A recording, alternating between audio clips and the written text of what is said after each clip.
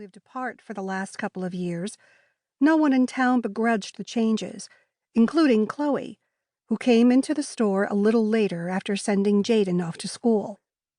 To even things out on the muffin front, Daisy kept only regular coffee and decaf on hand, so if people wanted something more, they had to go see Chloe. So far, the arrangement was working out well. "Hang on, Ellie. I'm just getting to the store." Arlo smiled at Daisy and stood with her back to the door, holding it open as her newfound friend hurried onto the sidewalk. "Thanks," she called, the words trailing behind her as she passed Arlo and swept inside Books and More.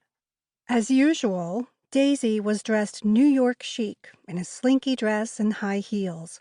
Arlo looked down at her own, definitely more comfortable footwear. Such was life. Though for all her seeming airs and big city ways, Daisy was as down-to-earth as they came. Looking at her, a person would never know that she had grown up on a mushroom farm in Missouri. But it was the honest-to-God truth. Further proof that truth was stranger than fiction. Arlo nodded in response to Daisy, having shifted a few things back and once again holding her phone to her ear. "Ellie?" she asked, thinking perhaps they had been cut off. Helen had been on the phone for a while and hadn't said a word. Of course, Arlo's attention had been split, as was the way with cell phones. "I'm here," Helen said, her voice still holding a firm, almost forced note. "Can I call you back?" she asked. "Things here are—" "No!" Helen raised her voice. "No," she continued in a more normal tone. "I'll wait." Arlo gave a small sigh.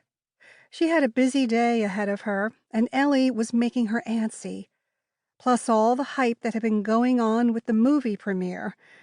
She supposed that all of it was amplified, since despite the hectic feel of this Monday morning, it had been a quiet winter. Arlo and Sam hadn't been on any more dates during these colder months, though from time to time they found themselves at the same party.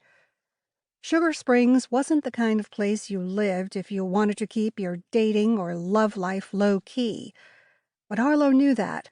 Despite the dates they had gone on before, Sam couldn't allow his attention to stray too far from his mother these days.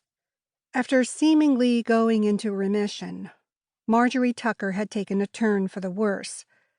Now the whole town waited to see when she would finally succumb. Mads, of course, was as brooding as ever, but considering the year they had had, the quiet was good for a change. The chief of police had had 2 murders, which was unheard of in their little town, and he'd had to deal with Arlo's book club, thinking that they needed to get involved in the crime solving. But for now, things were back to normal for sleepy little Sugar Springs. And then there was the book club. Even though they had gone months without a mystery to solve, somehow all the ladies found themselves at the bookstore each day. They were still reading and still arguing over what to read, but these days they found themselves trying to solve the mystery of why Sandy Green, the realtor, had dyed her hair pink. You know, when her name was Green and all. Arlo shook her head at the memory, flipped the doorstop down, 3rd time's a charm. Then she waved to Chloe as she stepped into Books and More behind Daisy. "Are you ready for today?" Daisy asked Chloe, though she looked back toward Arlo as she said the words. "Rock! Big day!" Faulkner squawked from his cage. Chloe had left the bird covered when she had come in. Not that Arlo could blame her. She had thought the bird would be a great addition to the bookstore. Hypoallergenic, he could actually talk to the customers, and with a name like Faulkner, well, he belonged in a bookstore, didn't he? But sometimes, okay, more often than not, the Amazon parrot proved himself to be a pest. He loved attention, loved the people coming into the store all day, and enjoyed his life at the bookstore. Sometimes a little too much. "Arlo?" Helen asked, her voice timidly seeping through the phone line. "I'm here." All she heard was silence on the other end. She nodded toward